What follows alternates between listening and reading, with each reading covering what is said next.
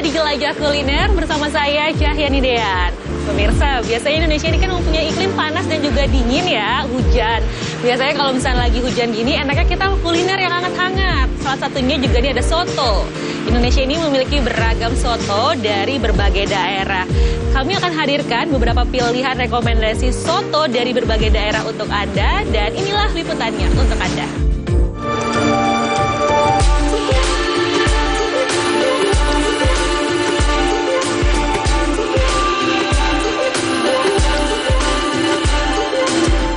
Soto menjadi salah satu kuliner Nusantara yang mudah ditemukan di berbagai daerah.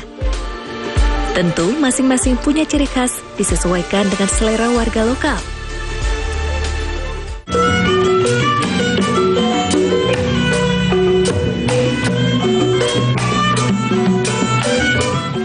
Di Jakarta punya soto Betawi yang legendaris milik Haji Maruf berdiri sejak 1940 silam. Resep otentik bertahan sejak dulu hingga generasi ketiga. Menggunakan rempah seperti jahe, sereh, lengkuas, dan daun salam sebagai bumbu dasar kuah. Sementara untuk memasak daging sapi, sang pemilik punya cara tersendiri agar daging lebih lezat saat disantap. Setelah direbus selama 3 hingga 4 jam, daging digoreng dalam minyak panas. Tuangkan kecap manis di atas daging. Tunggu hingga daging kecoklatan, lalu angkat. Yang menjadi ciri khas soto Betawi Haji Maruf, yaitu tidak menggunakan kentang dan sayuran. Hanya daging dan jeroan seperti paru, usus dan babat, ditambah emping, daun bawang dan bawang goreng disiram dengan kuah santan bercampur susu. Kalau misalkan soto Betawi sebenarnya kan khasnya itu jeroan aja. Hasilnya jeroan aja karena zaman dulu tuh daging itu kan mahal. Kalau cerita dari almarhum kakek sama orang tua gitu kan.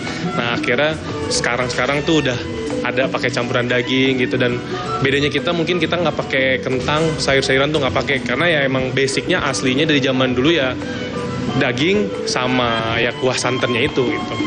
Awalnya itu kita hanya santan aja. Pas dari zaman almarhum kakek santan aja. Nah kakek cerita pas lagi dagang lagi rame-ramenya, kalau untuk meres santan lagi nggak memungkinkan. Akhirnya dia ke pasar, ditambahinlah kuah susu. Nah ternyata lebih gurih dan orang-orang lebih suka. Jadi itulah awal mulanya kenapa si soto Maruf ini menggunakan santan dan susu.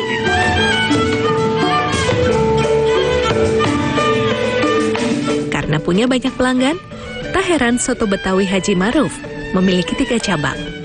Mereka selalu kembali demi merasakan kelezatan semangkuk soto Betawi. Bagi Anda yang ingin menikmati soto Betawi Haji Maruf, cukup membayar Rp45.000 untuk soto campur dan Rp48.000 untuk soto daging. Di samping itu juga untuk menunya juga ada yang santan dan ada yang bening gitu kan. Harganya juga nggak terlalu mahal lah, relatif lah itulah ya. Karena kan rasa atau ini kan tergantung daripada selera kan gitu kan. Kalau saya ini dari santannya itu beda ya. Jadi ada rasanya gimana ya, kayak semacam ada rasa-rasa susu gitulah. Gitu. Tapi saya nggak tahu ya itu pakai susu atau enggak deh, atau santan murni saya nggak tahu. Itu aja yang benar. Campuran jalan. Ya seminggu ya nggak paling ya 2 kali lah paling nggak lah gitu.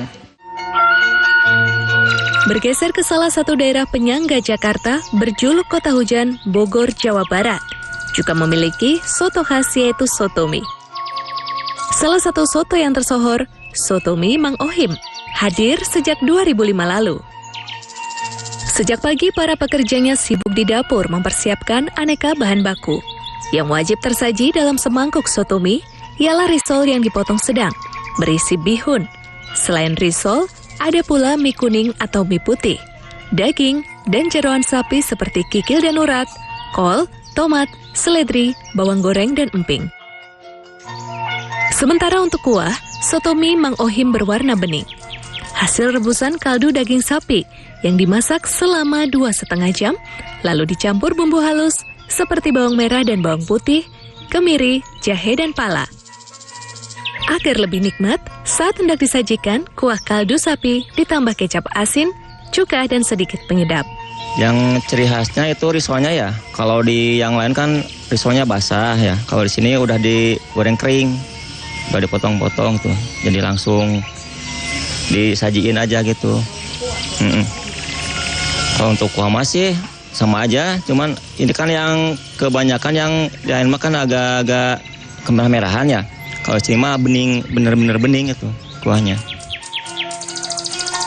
Dalam satu hari, soto mie Mang Ohi menghabiskan 15-25 kg daging sapi. Pelanggannya tak hanya datang dari kota Bogor saja, namun wisatawan berbagai daerah yang mampir untuk mencicipi cita rasa kuliner khas Bogor. Apalagi harga yang ditawarkan sangat ramah di kantong, Rp20.000 per porsi. Mungkin dari cita rasanya yang bikin beda.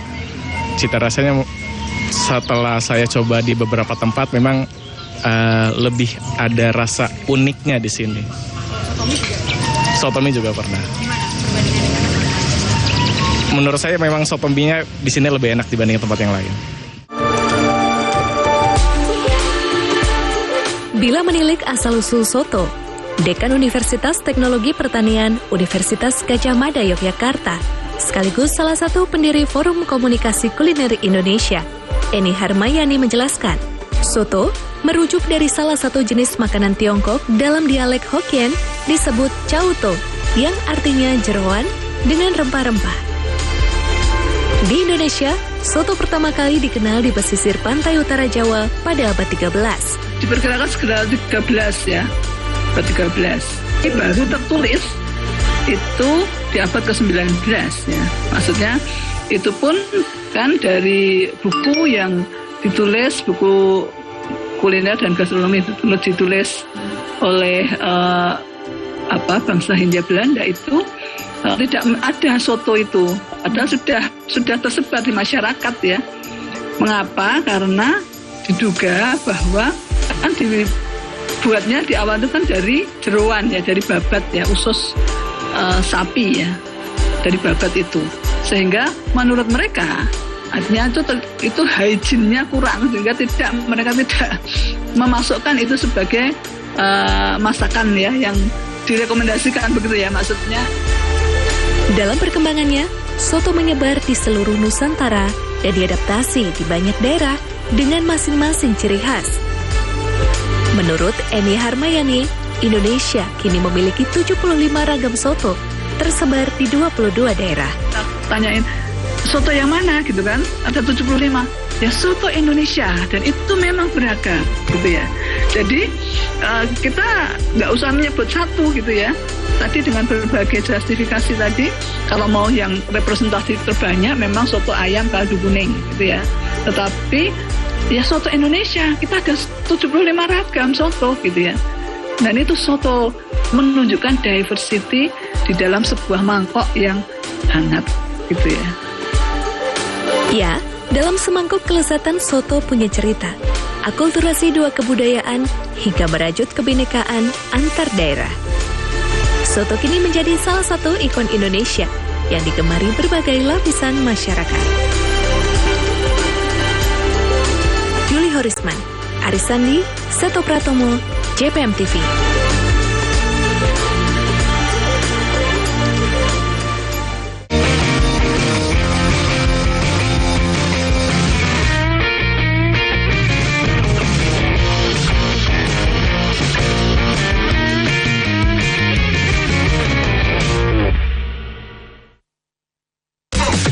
Pilihan hari ini menentukan masa depan esok. Universitas Islam Malang menjadi ruang bertumbuh dan berinovasi. Berbagai program studi di Unisma telah terakreditasi internasional, unggul dan baik sekali. Dengan pembelajaran yang inklusif di laboratorium, perpustakaan, praktik lapangan, serta peluang kolaborasi yang luas, Unisma siap mencetak lulusan berdaya saing global. Unisma, tempatmu melesat menjadi generasi berkelas dunia. Layanan listrik untuk rakyat makin praktis, efisien, dan cepat dengan adanya PLN Mobile. Hal ini terlihat dari jumlah kali transaksi PLN Mobile pelanggan PLN Jabar capai lebih dari 2,2 juta transaksi. PLN untuk rakyat hadirkan pelatihan dan sertifikasi agar UMKM binaan Rumah BUMN PLN Cirebon naik kelas. Mereka kini lebih berdaya dengan bantuan TJSL PLN. Dari kota hingga pelosok, PLN Jabar hadir wujudkan listrik untuk rakyat dan jaga kedaulatan, di mana daya tersambung sampai dengan Mei 2025 capai 34,336 MVA. PLN Jabar berikan kemudahan akses energi untuk seluruh rakyat melalui layanan satu pintu di PLN Mobile. Listrik untuk rakyat hadir nyata. Dukung UMKM Go Global, PLN Jabar sediakan listrik hijau lewat Sertifikat Energi Baru Terbarukan atau REC. PLN untuk rakyat dorong usaha ramah lingkungan. Lebih dari 75 SPBKLU PLN di Jabar mudahkan isi ulang motor listrik. PLN Jabar dukung ekosistem kendaraan ramah lingkungan untuk rakyat.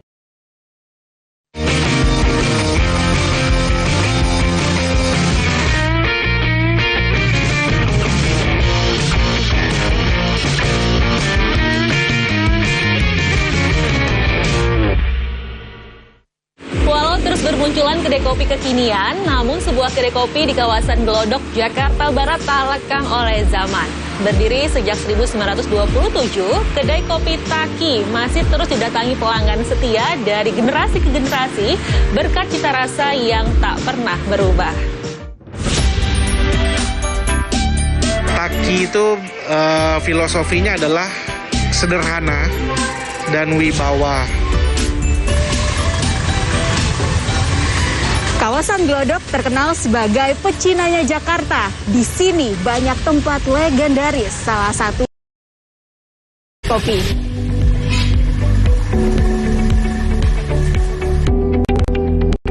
Di sebuah gang bernama Gloria inilah kedai kopi tertua di Jakarta berdiri. Letaknya memang tersembunyi, namun paling dicari para penikmat kopi. Ini dia kedai kopi Taki yang tak lekang oleh zaman.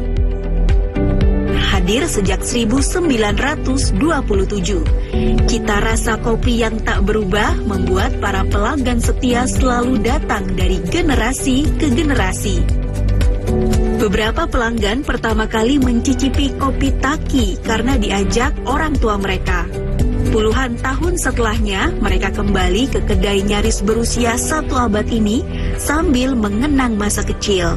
Dari umur 16-17 apa? Iya, umur. Ya, emang biasaan sini ngumpul, kadang-kadang ada temen sini. Jadi saya sering kesini aja, ngopi sama nasi campur. Enggak berubah kopinya. Tempatnya sendiri juga udah heritage ya. Jadi menambah kesan seperti kita masuk ke masa lampau gitu. Dulu banget pernah sama orang tua saya, tapi itu udah dulu banget. Tapi yang sering tuh sudah dari tahun 2000-an. Kedai kopi Taki didirikan oleh seorang perantau asal Tiongkok, Liong Kuichong, pada 1927. Dahulu, kedai hanya sebuah warung tenda kaki lima di kawasan Petak 9 yang menjual beragam makanan dan minuman seperti bubur kacang hijau, roti, teh, dan kopi. 1 tahun setelahnya, pada 1928, Liong Kuichong memindahkan kedai kopi Taki ke gedung berarsitektur Belanda di Gang Gloria hingga saat ini. Kedai kopi Taki diteruskan generasi ketiga yaitu Latif Julus atau Ayau sejak 1976. Kini Latif Julus mewariskannya kepada sang anak Willy Julus yang telah mendirikan 2 cabang kedai kopi Taki di Jakarta. Awal 1927 dari tenda, itu sebenarnya nggak semua kopi. Sebenarnya dari teh pertama, dari teh ada lagi bubur kacang hijau. Terus baru orang minta kopi, kita bikin kopi yang masih beli di pasar. Kopi masih sederhana, kita beli di pasar, kita seduhin.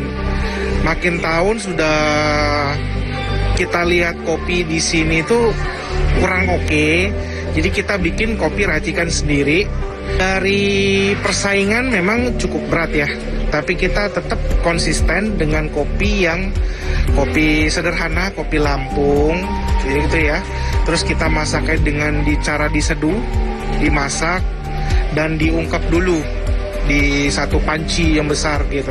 Kita nggak pakai mesin, kita nggak pakai campuran sirup-sirup, nggak. Kita sederhana, kopi ya zamannya kopi tubruk dah. Di tengah bermunculannya kopi kekinian, pemilik Kopi Taki tidak berniat menambah varian menu. Sejak dulu hanya tersedia kopi original dan kopi susu yang disajikan panas atau dingin. Segelas kopi original dihargai Rp20.000, sementara kopi susu Rp22.000. Untuk menikmati segelas kopi legendaris ini, Anda bisa datang ke kedai Kopi Taki Gang Gloria, Glodok, Jakarta Barat, buka Senin hingga Minggu pukul 7 pagi hingga 2 siang.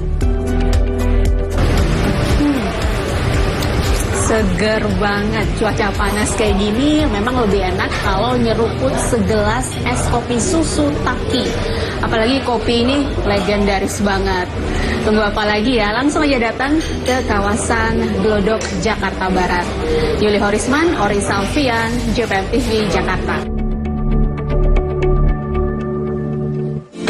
Masih dari Glodok, Jakarta Barat, pemirsa. Kali ini ada kari legendaris yang telah berdiri sejak 1973 di Gang Gloria.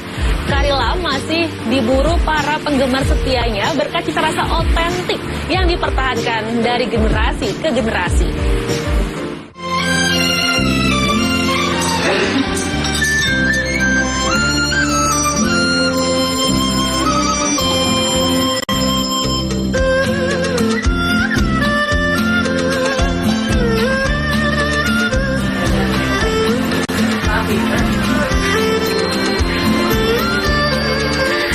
Jalan-jalan ke kawasan Glodok, Jakarta Barat tidak lengkap rasanya jika tidak kuliner.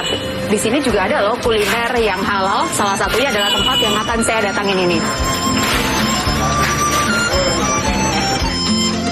Inilah sang legenda kari di Jakarta, Kari Lam. Terletak di ujung Gang Gloria, Jalan Pintu Besar Selatan 2, Glodok, Jakarta Barat. Pemiliknya Saiful Alam atau akrab disapa Akyong. Dia generasi kedua penerus usaha Kari Lam milik sang ayah Alam. Nama Kari Lam juga diambil dari nama panggilan sang ayah. Semangkuk Kari Lam berisi daging sapi atau daging ayam kampung, potongan kentang, lalu disiram dengan kuah santan bercampur susu. Lebih nikmat disantap dengan bihun atau nasi putih. Semua sebenarnya sama. Cuma mungkin ya kita kuahnya lebih bagus, kayak lebih mantep gitu lah. Gitu, nggak katakan kelewat medok, nggak katakan kelewat enteng, nggak sedang-sedang gitu. Jadi orang gampang cerna. Jadi saya punya kan santan campur susu, rempah-rempah kering ya, rempah-rempah sama bumbu basah. Ya bangsa itu lah Laos, serai apa gitu. Dahulu, ayah Akyong memulai usaha Kari Lam di Medan, Sumatera Utara. Kemudian pada 1973, pindah ke kawasan Glodok hingga kini. Keahlian memasak Kari Lam diperoleh karena sejak kecil Akyong sering ikut sang ayah berdagang kari. Kini, walau sudah berusia 72 tahun, Akyong masih turun tangan sendiri meracik bumbu kari. Kita kan jaga, ya, jangan sampai kemunduran gitu. Kita cari majunya lagi, gimana supaya lebih bagus. Dia pertahankanlah cirinya itu, ampun kasih maju lagi gitu. Kalau kita makan berasa itu kuahnya ya, wangi, nggak katakan medok lah ya. Kayak ada apa gitu, santan-santannya itu ya, supaya enak gitu. Bantu sih dari dulu juga ada yang bantu. Ya cuman kita pegang peranan kita lah gitu. Berkat resep yang dipertahankan turun-temurun, Kari Lam selalu punya penggemar setia dari generasi ke generasi. Aku udah lama sih langganan. Dia enak sih emang, masakan dari zaman papanya dulu. ayam, kari ayam. Ini karena pandemi sih udah jarang-jarang sih gitu loh. Kalau dulu sih paling sebulan 2 kali gitu. Kalau dia sih enak sih ya, nggak bisa diinin lah ya.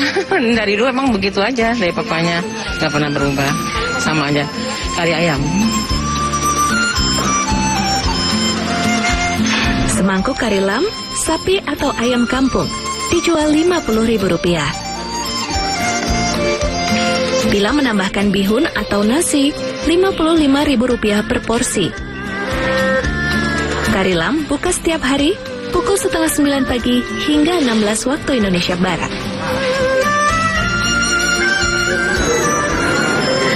Dagingnya empuk, kuahnya kaya akan rempah, maka tidak salah jika kari lam ini begitu legendaris dan masih dicari hingga saat ini. Bagi Anda yang penasaran dengan rasa kari lam, langsung aja datang ke kawasan Glodok, Jakarta Barat. Saya mau lanjut makan dulu. Dari Jakarta, Yuli Horisman, Sabdo Aji, Devri Novaldi, JPM TV.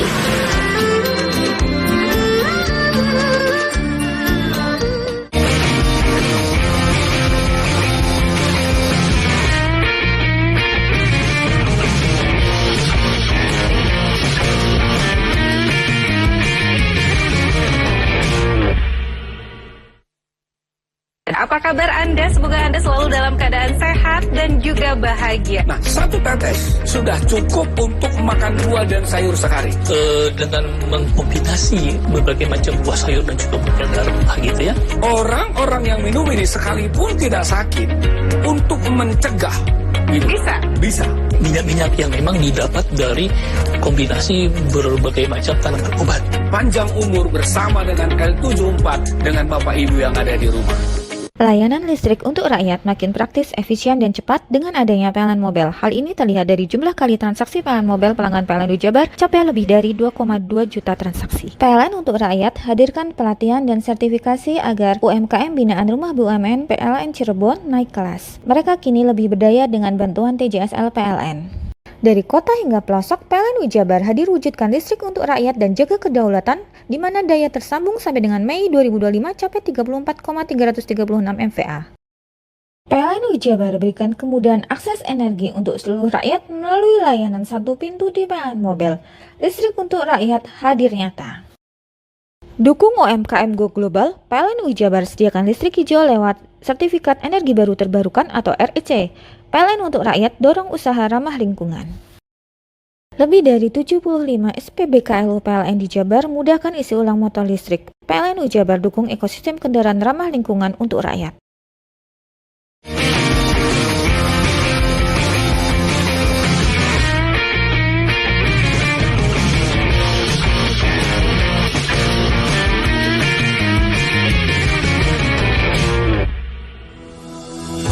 Pemirsa, bagi Anda yang suka kulineran seperti berada di Pulau Dewata Bali, Anda bisa mendatangi Cafe Bumi Aki Green yang berada di Karangtanjung, Kabupaten Pandeglang, Banten ke daftar kunjungan Anda.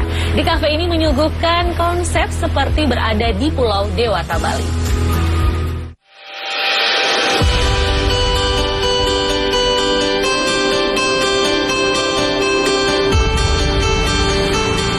Cafe outdoor dengan konsep menarik seperti menghadirkan kolaborasi nuansa Bali sedang menjadi favorit di kalangan anak muda. Cafe bernuansa Bali yang dinamakan Bumi Aki Green berlokasi di Jalan Gunung Karang, Desa Juhut, Kecamatan Karangtanjung, Kabupaten Pandeglang, Banten. Cafe Bumi Aki Green bernuansakan Bali dengan dibalut dekorasi khas Bali dan campuran makanan khas daerah Pandeglang. Menu andalan di kafe ini yakni nasi gonjleng dan menu Bali ayam betutu. Sementara untuk minumannya, es gula aren dan kopi gula aren menjadi unggulan di kafe ini. Cafe Bumi Aki Green yang dibuka sejak September 2021 ini menawarkan sensasi suasana ala Pulau Dewata Bali. Cafe ini didirikan pasangan suami istri Cepi Dian dan Reni Nur Amalia. Salah satu pemilik cafe, Reni Nur Amalia, mengatakan konsep tersebut kolaborasi antara Bali dan Sunda Pandeglang. Di Pandeglang sendiri belum ada kafe atau resto nuansa seperti di Bali. Konsepnya kita emang awalnya kolaborasi antara konsep ciri khas Banten, Pandeglang Banten sama Bali. Karena kenapa kita ngambil konsep Bali? Karena emang Intinya biar ada perbedaan dari yang lain lah gitu. Terus emang tempat sama sarananya emang mendukung, udah view-nya udah kayak di Ubud Bali. Makanan kita angkat nasi gonjeleng, paket nasi gonjeleng ayam, ada ikan nila. Itu ciri khas Banten, Pandeglang Banten ya. Terus kita juga kolaborasi juga makanan dari ciri khas Bali, yaitu ayam betutu. Kita angkat juga, jadi biar berbarengan sama. Ada konsep Balinya, ada konsep Pandeglangnya. Nuansa Bali menjadi kesan tersendiri bagi pengunjung untuk menikmati makanan maupun kopi yang disajikan di Bumi Aki Green. Selain itu, di Bumi Aki Green juga ada live musik untuk menambah kehangatan bagi para pengunjung. Yusef Kurnia, JPM TV, Pandeglang, Banten.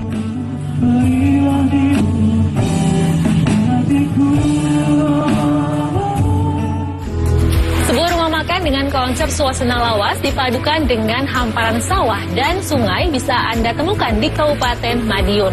Pengunjung yang datang ke tempat ini bisa menikmati aneka hidangan lezat dipadukan dengan suasana seperti di desa.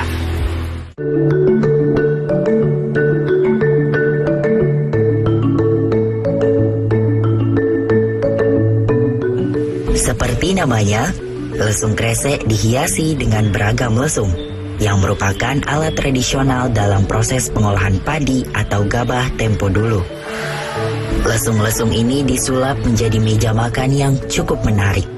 Tidak hanya lesung, lokasi makan ini juga miliki bangunan bekas kandang kerbau yang dialihfungsikan menjadi gazebo, lengkap dengan cikar dan kayu lupu. Kental dengan suasana masa lalu, lesung kresek juga hadir dengan hamparan sawah serta aliran sungai catur. Konsep alam ini membuat pengunjung tidak hanya bisa menyantap hidangan, namun juga berfoto, bahkan bermain air. Pengelola juga menyiapkan aneka permainan bagi pengunjung anak. Untuk lesung kresek sendiri itu mengusung konsep Java Vintage yang dimana mungkin kita lebih edukasi ke setiap customer yang datang ke sini untuk mengenalkan budaya-budaya Jawa lama yang sudah hilang.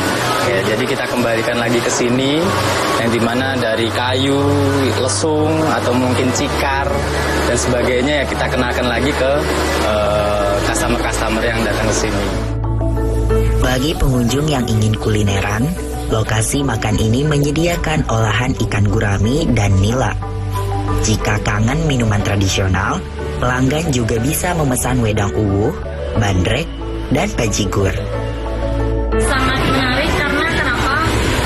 Di sini masih kental dengan kearifan Jawa, budaya Jawa, dan di sini masih kental dengan budaya lokal, yaitu meja yang terbuat dari lesung dan wahana-wahana, dan pokoknya fasilitasnya juga menarik dan pelayanan juga memuaskan. Rumah makan berkonsep kuno ini berlokasi di Desa Kresek, Kecamatan Wungu, Kabupaten Madiun, Jawa Timur. Lokasinya berdekatan dengan lokasi wisata sejarah mengenang peristiwa 1948 Madiun, Monumen Kresek. Sehingga selain bisa kulineran, pengunjung juga bisa mampir belajar sejarah di wilayah Kresek.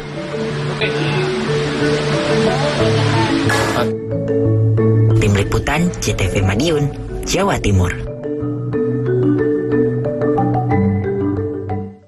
Jika tadi ada sebuah tempat makan yang seperti suasana di desa, kali ini saya ajak Anda ke Serang, Banten. Di sana ada sebuah kafe yang jauh dari keramaian kota dan letaknya di pinggir hutan loh pemirsa. Langsung saja kita lihat kafenya berikut ini.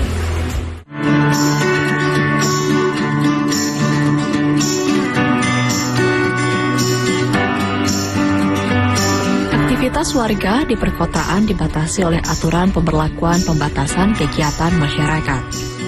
Sejumlah pertokoan dan kafe di kota Serang, Banten masih banyak yang tutup. Namun, salah satu kafe yang berlokasi jauh dari perkotaan, tepatnya di Kampung Salinggara, Kelurahan Sayat, Kecamatan Taktakan, Kota Serang, menjadi alternatif warga Kota Serang untuk sekedar ngopi atau menikmati makanan yang disediakan. Kafe ini jadi salah satu obat kejenuhan bagi warga Kota Serang. Tentu kafe ini menerapkan protokol kesehatan ketat. Pengunjung yang datang wajib mencuci tangan dan duduk dengan jarak cukup jauh antar pengunjung. Selain itu, harus memakai masker saat berbincang. Tempat ini menawarkan keasrian alam terbuka yang dikelilingi ribuan pohon. Kafe dengan luas 1.800 meter persegi ini kerap dikunjungi para penggemar olahraga lari dan pecinta goes sepeda. Biasanya mereka mampir di kafe untuk rehat dan melepas lelah sambil menikmati pemandangan. Adem, enak ya, serasa jauh dari kota, hiruk-pikuk kota itu ya, adem. Suasana ininya masih alami, pegunungannya masih alami, ada gitu. Walaupun tengah-tengah kan ini ya, deket ke kota gitu. Ini kan kafe di tengah hutan ya Teh. Di kota kan banyak, kenapa milih di sini Teh? Nah, itu dia, kita pengen nyari adem. Karena sudah bosan. Sudah bosan di sana. Pengelola kafe sengaja mendirikan tempat ini jauh dari hiruk-pikuk pusat Kota Serang, yaitu menyajikan nuansa alam terbuka sehingga aman dari polusi kendaraan bermotor. Tadi bahwa mungkin ada kebosanan orang di Serang khususnya gitu, kafe secara umum kan ada di keramaian gitu ya, yang kemudian kadang-kadang juga terganggu oleh bisingnya lalu lintas dan seterusnya. Nah kemudian saya agak berpikir bahwa ada banyak orang juga nampaknya gitu yang butuh tempat yang lebih sunyi dalam tanda kutip untuk bisa menikmati suasana yang lebih private gitu ya. Jadi kafe ini bisa dicapai dengan jarak 10 km dari alun-alun Kota Serang. Kafe ini beroperasi 3 hari dalam seminggu. Pada Jumat buka mulai jam 3 sore hingga jam 9 malam. Sabtu mulai dibuka jam 8 pagi hingga jam 9 malam, dan hari Minggu buka jam 8 pagi hingga jam 8 malam. Menu makanan yang disajikan juga cukup variatif dan murah. Harga mengikuti kemampuan kantong anak muda. Hanya untuk villa pribadi, dan kebetulan dilihat kesehariannya banyak yang bersepeda, jadi kita inisiatif buat buka warung kopi biasa awalnya gitu. Ternyata setelah saya jalankan, welcome dengan setelah ada yang bersepeda, lalu ke keluarga dan anak muda. Untuk kalian yang penat dengan kebisingan kota, kafe ini bisa menjadi rekomendasi untuk menghilangkan stres bekerja. Nikmati secangkir kopi sembari menghirup udara segar. Suhendi, JPM TV, Kota Serang, Banten.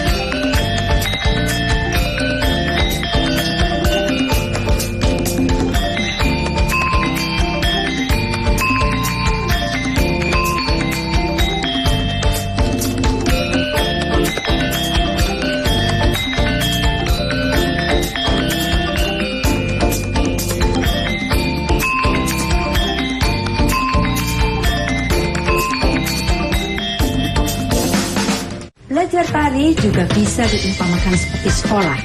Kita harus tahu kemana kita mesti belajar, kepada siapa kita harus belajar. Seperti sekolah yang selalu ada guru, belajar tari tradisi pun kita memerlukan guru untuk membimbing kita. Nah, sekarang teman-teman akan saya ajak mengikuti perjalanan kreatif tokoh tari kita. Bagaimana mereka berguru dan belajar tari tradisi.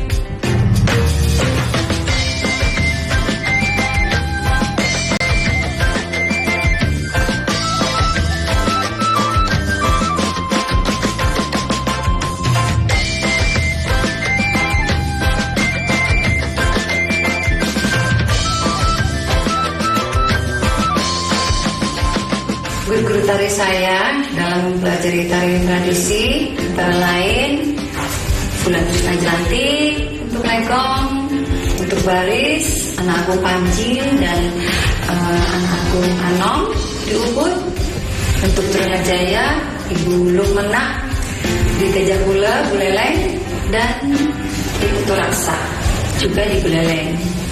Kemudian untuk tari general seperti pendek hingga legong, untuk materi sanggar, kurikulum sanggar saya belajar dari almarhum Ibu Gusti Bagus Perbawa dan Ibu Nikita Cukami. Untuk guru-guru saya ini kesemuanya rata-rata saling kenal, karena memang seniman-seniman tari Bali itu pasti saling mengenal. Sebagai guru utama saya, Bulan Trisna Jelantik, yang memang mengajarkan saya legong, yang paling saya kagumi dari beliau adalah pengetahuan beliau yang sangat luas tentang seni tari legong. Jadi latar belakangnya juga kenapa legong keraton itu disebut keraton, semua cerita-cerita detail-detail itu saya dengar, saya pelajari dari Biang Bulan. Biang Bulan juga membiasakan saya sebagai pelatih untuk selalu memberi latar belakang dan sejarah dan cerita tentang sebuah tari legong yang sedang saya ajarkan ke murid-murid. Selain itu juga Biang Bulan menurut saya mempunyai gerak tari yang khas. Dulu beliau berguru kepada seorang guru legendaris bernama Niang Sengok. Niang Sengok adalah guru tari legong untuk penari-penari kelihatan di tahun 50-an. Tentunya beliau sekarang sudah tidak ada, tapi penerus-penerusnya, murid-muridnya yang sekarang masih aktif antara lain adalah guru saya yang Bulan Trisna Jelantik, lalu juga dua guru besar di kelihatan yang adalah kakak beradik, Gumbiang Srimpi dan Gumbiang Ratu Astuti. Mereka bertiga adalah 3 murid Niang Sengok yang masih aktif hingga saat ini. Tapi terlihat betapa mereka menari dengan daya berbeda-beda. Walaupun 2 orang yang kakak beradik tadi tinggal di kelihatan dan sama-sama mengajar, tapi ada sesuatu yang disebut abah. Abah itu adalah bawaan seorang penari. Pada saat dia sudah menjadi penari yang jadi, dia akan mempunyai kekhasan. Dan bagi saya, abah guru saya Biang Bulan unik dan menarik karena beliau memiliki postur tubuh yang mungil. Jadi beliau cenderung menari dengan lebih gaya yang lebih ketat karena powernya sangat banyak di kaki dengan tubuhnya yang mungil. Untuk saya yang lebih tinggi mempelajari cara atau gaya tari beliau menjadi tantangan tersendiri karena kaki saya panjang. Jadi itu membuat saya menari dengan juga khas. Dan saat ini kadang-kadang orang sering mengomentari, kamu menarinya seperti Gumbiang Bulan. Nah itu membuat saya bangga karena saya memang ingin menari khas seperti sebagaimana guru saya menari.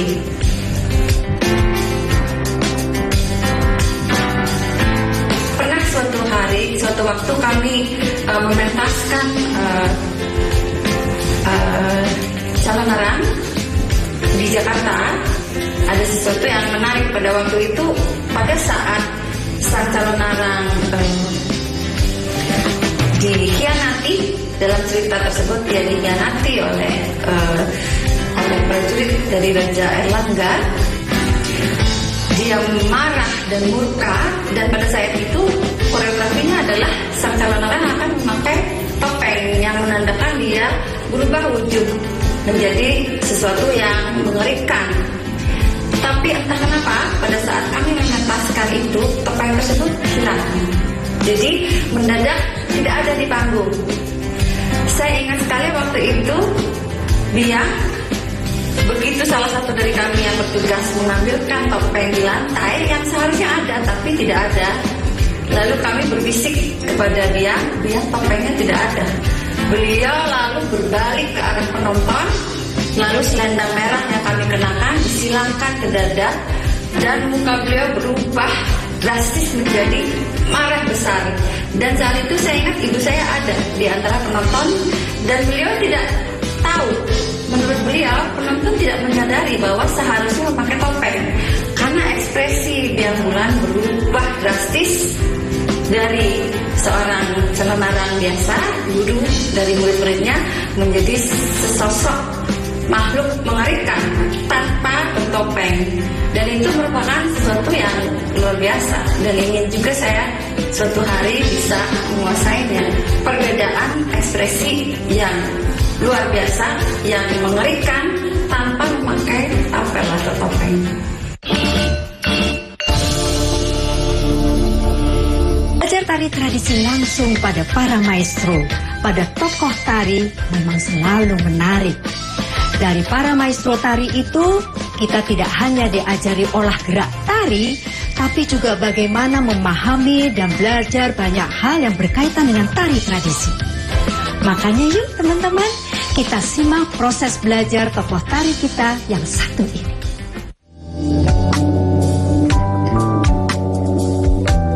Guru saya banyak sekali. Jadi kalau misalnya belajar tari Minang saja sangat banyak ya. Di SMK atau SMKI itu mungkin ada 8 sampai 10 guru ya. Di antaranya ada Sulastri Andras, ada Sudiati Sumbi, banyak sekali nggak bisa saya sebutin, tapi mereka sangat berjasa. Kalau di Institut Kesenian Jakarta belajar tari Surakarta melalui Retno Maruti, kemudian tari Aceh ada Nurdin Daud dan Pak Uki, lalu ada belajar tari Sunda dengan Ibu Eli Rudatin, kemudian tari Sulawesi Sipala, kemudian belajar tari Bali ada Pak Iwayan Dia, kemudian tari Betawi itu belajar dengan orang tradisinya langsung, yaitu namanya Mak Mani, asistennya ada Lampok Nori, kemudian ada Memeh Kerawang. Nah itu guru-guru tradisi. Nah kemudian ada Tom Ignur, ada Dedi Hutan yang mengajarkan tari Minang di Institut Kesenian Jakarta. Di luar itu saya punya guru yang lain, misalnya ada Ibu Gusmiati Suid, ya, ada Ibu Gusmiati Suid. Itu seperti saya memperdalam pengetahuan saya tentang Minang. Jadi tidak hanya bagaimana bekerja dengan tari Minang sebagai sebuah karya, tapi juga pengetahuan, menambah pengetahuan tentang budaya Minang. Nah, ada yang menarik, misalnya ada Mas Don, kami memanggilnya Profesor Sabdono W. Kusumo. Nah, beliau punya latar belakang tari Jawa, Solo, Surakarta. Tapi kemudian di dalam karya-karyanya beliau memanfaatkan teknik tari Jawa tersebut yang digunakan di dalam karyanya. Nah, itu juga menjadi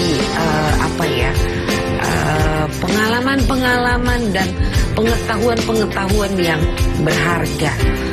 Nah, sampai hari ini bertambah guru-guru saya yang lain yang tidak bisa saya sebutkan satu persatu seperti Julianti Parani, Sentot Sudiharto, Faridah Utoyo, banyak sekali. Saya beruntung karena mempunyai guru yang sangat banyak sekali. Saya ingin menjelaskan kembali kenapa saya sebut beruntung ya memiliki guru yang banyak, karena akan memperbanyak pengetahuan saya tentang tari tradisi ya. Misalnya saya belajar dari tokoh tradisi, ada Mak Mani.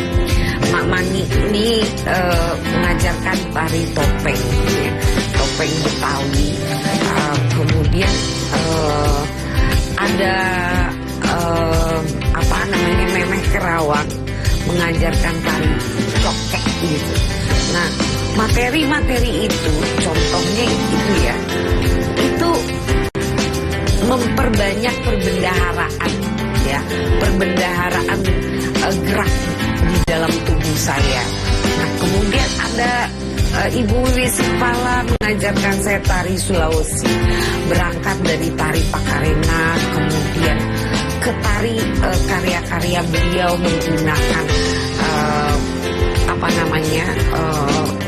spirit dan roh tari Pakarena.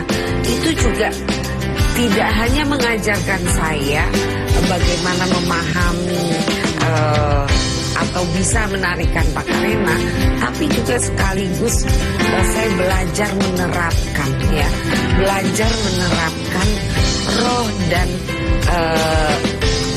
spiritnya Makassar atau Bugis itu ke dalam sebuah karyanya Wisipala. Jadi belajar dengan banyak guru sekali lagi sangat membuat saya beruntung. Saya percaya bahwa saya punya kekayaan, misalnya kekayaan tubuh gitu, untuk modal saya berkarya. Pada saat ini, waktu dulu mungkin saya masih menari, jadi itu modal sekali untuk saya bisa mampu menarikan tari apa saja. Nah, yang paling menempel ya tentu saja adalah tari Minang. Tari Minang karena sampai saya sekolah di Institut Kesenian Jakarta, saya juga belajar Minang ya. Dan kemudian di luar IKJ saya berada di Gumarang Sakti Dance Company. Nah, itu membuat saya Minangnya menjadi lebih menempel. Di Gumarang Sakti saya belajar banyak ya, tapi saya bilang tidak hanya belajar gerak-gerak tari dan bagaimana silat gitu, tapi juga tentang budaya. Itu menjadikan modal berkarya bagi saya saat ini. Dari pengalaman itu, Ibu Gusmiati kalau berkarya tidak hanya mengandalkan bagaimana mengeksplorasi gerak-gerak, tapi juga berdiskusi tentang gagasan. Nah, ini satu hal yang menambah pengetahuan, jadi modal bagi saya di saat ini.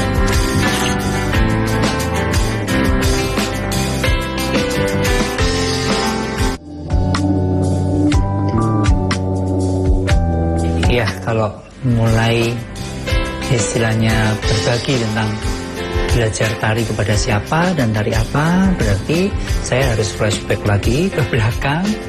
Jadi ini seperti biografi ya. Pertamanya saya belajar tari tradisi itu dengan teman saya, sekolah SMP, itu almarhum Mbak Sumiasih namanya. Saya belajar tari gaya Surakarta, tari Gambiranom, lalu wayang juga, wayang wong. Waktu itu peran saya jadi Punto Dewo, saya masih ingat. Lalu kemudian ini masih di Kota Temanggung, karena saya kan asli dari Temanggung. Yang kedua dengan Ibu Sumiati. Ibu Sumiati itu juga seorang pemain ketoprak maupun pemain wayang wong. Karena kalau di desa, di Kota Temanggung itu seorang seniman itu biasanya all round. Dia bisa nyinden, bisa nendang, bisa nabuh gamelan, kadang bisa main kendang, bisa ngetoprak, bisa wayang wong, bisa tari-tari. Sehingga memang karena mungkin ya di daerah begitu ya, hampir di semua daerah. Nah, setelah dengan Bu Sumiati, saya belajar tari ada Gulek Sirejeki, kemudian tari Gambiranum lagi, kemudian ada tari Bundan Kendi, dan sebagainya itu dengan Ibu Sumiati. Lalu kemudian masuk di Kota Temanggung, saya sempat mendapat kesempatan belajar tari Bali. Tapi tari Bali yang saya pelajari itu unik. Karena sebenarnya sekarang ini saya tahu bahwa tari Bali yang saya pelajari itu adalah tari Bali style ketoprak. Nah ini yang menarik, karena ada gaya yang beda dengan tari Bali yang asli dari Bali. Nah saya belajar itu tari Bali ketoprak, dan pada waktu saya sudah di Jogja, itu saya mulai bersinggungan dengan ketoprak Bogong. Saya sempat bergabung dengan ketoprak Siswa Budoyo, Wahyu Budoyo, kemudian dengan ketoprak di daerah di Jogja dan sekitarnya. Di situ saya lebih mengenal tentang tari Bali gaya ketoprak. Bahkan saya waktu kecil sering nonton ketoprak, itu ada tari Balinya pada waktu ketoprak itu mementaskan tari yang bersumber dari cerita-cerita legenda atau cerita dari Bali. Misalnya Lea Hantu Bali, lalu Joyoprono Layan Sari, lalu kemudian macam-macam yang berdasarkan cerita dari Bali. Nah, tari Bali yang saya pelajari dari Pak Sudiarjo sudah agak beda gayanya dengan yang gaya Pak Sugianto. Karena Pak Sugianto itu lebih ke ketoprak banget, Pak Sudiarjo sudah agak beda karena mungkin dia dari Jogja sempat belajar ke tari-tari Bali yang mendekati aslinya. Nah, tahun 72 saya sempat berkenalan dengan Ibu Ni Ketut Sujani. Itu saudara dari teman sekolah saya SMA. Nah, di situ saya mengenal bagaimana tari Bali yang benar. Saya belajar mulai dari dasar-dasarnya lagi. Itulah saya belajar tari Bali mulai dari pendet, tenun, Panji Semirang, Martopati. Karena memang beliau asli dari Bali, Ni Ketut Sujani, dan beliau adalah lulusan Kokar Bali. Kokar itu kalau sekarang SMK Kesenian, SMKI kalau di Jogja. Kalau dulu namanya Kokar, Konservatori Karawitan dari Denpasar sana. Sehingga ya memang tari Bali yang benar. Jadi saya punya pengalaman dua, tari Bali gaya ketoprak dan tari Bali yang sebenarnya tari Bali. Kemudian saya baru setelah setahun saya sempat bersama dengan Bu Ketut Sujani, saya ke Jogja. Kuliahlah di ASTI. Nah, di situ mulai ketemu dengan dosen-dosen seperti dosen tari Sunda itu Pak Induswanda. Saya diajari tari-tari Sunda mulai dari Lenyepan, Sekar Putri, Sulintang, Anjasmara, Ponggawa, Gawil, ya, sampai ke topeng Parahyangan. Nah, topeng Parahyangan ini beda dengan topeng Cirebon. Kemudian saya mendapatkan pelajaran tari Bali dari almarhum Pak Ki Gusti Agung Ngurah Suparta dari Bali, beliau dari Apuri Abian Turun. Saya diajari mulai dari tari pendet, tari legong, tari macam-macam tari baris, lalu juga dengan Pak Iwayan Dibye. Jadi banyak sekali guru saya itu belajar juga tari-tari putri, tari Banyem Brahma, tari ada tari tenunnya Bali juga ada, ya, jadi macam-macam sekali. Setelah itu saya sempat belajar tari gaya Yogyakarta. Nah, dosen saya gaya Yogyakarta itu antara lain adalah almarhum Romo Sasminto. Ya, beliau salah satu tokoh abdi dalam keraton yang menguasai gaya Yogyakarta. Saya belajar dengan Pak Bagong itu pada tahun 74. Bahkan sebelum saya berangkat ke Yogyakarta, saya sudah banyak menguasai tari-tariannya dari Pak Bagong. Itu dari tahun 72. Waktu itu kantor kebudayaan Kabupaten Temanggung mengundang Pak Bagong beserta asistennya untuk datang ke Temanggung untuk mengajar tari gaya Bagong Sudiarjo. Nah di situ saya ikut belajar karena saya sudah menjadi karyawan honorer di Dinas Kebudayaan sana, Temanggung. Nah di situ saya melihat tarian Pak Bagong seperti tari merak, tari ksatria, tari tenun, tari ngeremo, tari tani, dan di situ saya belajar. Dari waktu itu di Temanggung saya menjadi penari yang satu-satunya penari Temanggung yang menguasai tari-tariannya gaya Pak Bagong. Jadi saya belajar tradisi, belajar kreasi baru, belajar Bali, udah punya campur aduk bersama-sama, tapi berjalannya paralel.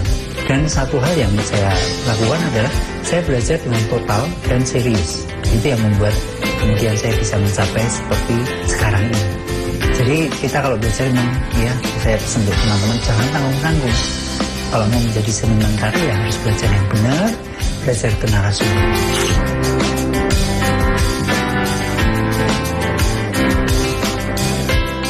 Menarik juga loh kalau teman-teman banyak belajar tari tradisi.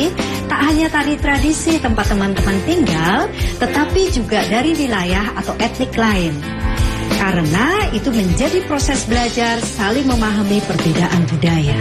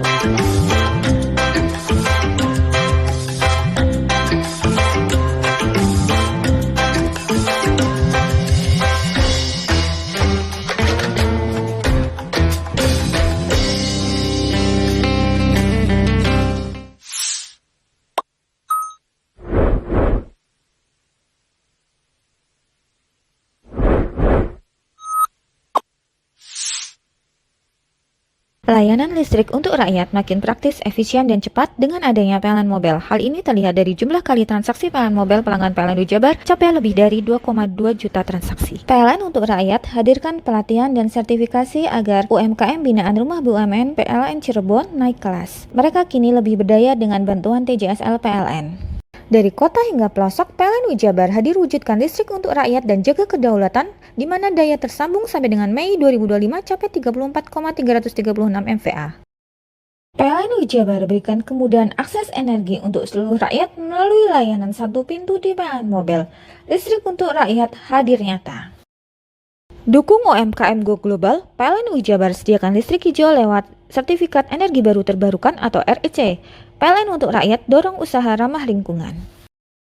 Lebih dari 75 SPBKLU PLN di Jabar mudahkan isi ulang motor listrik. PLN Jabar dukung ekosistem kendaraan ramah lingkungan untuk rakyat. Perdagangan ilegal sianida di Surabaya dibongkar Mabes Polri. Berkedok guru spiritual, pria di Mojokerto cabuli 8 perempuan. Jatan ras, Polda Jatim tembak pelaku komplotan spesialis pencurian mobil pick-up antar kota. Larangan kepada perusahaan yang menerapkan batas usia dalam proses rekrutmen kerja.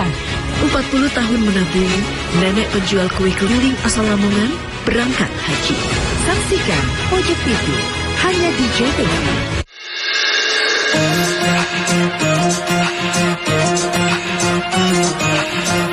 Wow.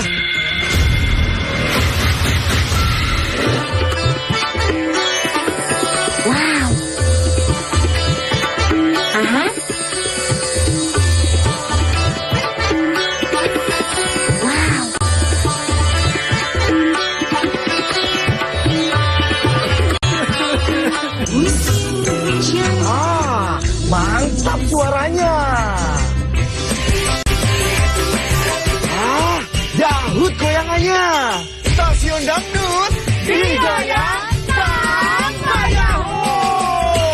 Layanan listrik untuk rakyat makin praktis, efisien, dan cepat dengan adanya PLN Mobile. Hal ini terlihat dari jumlah kali transaksi PLN Mobile pelanggan PLN Jabar capai lebih dari 2,2 juta transaksi. PLN untuk rakyat hadirkan pelatihan dan sertifikasi agar UMKM binaan Rumah BUMN PLN Cirebon naik kelas. Mereka kini lebih berdaya dengan bantuan TJSL PLN. Dari kota hingga pelosok, PLN Jabar hadir wujudkan listrik untuk rakyat dan jaga kedaulatan, di mana daya tersambung sampai dengan Mei 2025 capai 34,336 MVA. PLN Jabar berikan kemudahan akses energi untuk seluruh rakyat melalui layanan satu pintu di PLN Mobile. Listrik untuk rakyat hadir nyata. Dukung UMKM Go Global, PLN Jabar sediakan listrik hijau lewat Sertifikat Energi Baru Terbarukan atau REC. PLN untuk rakyat dorong usaha ramah lingkungan.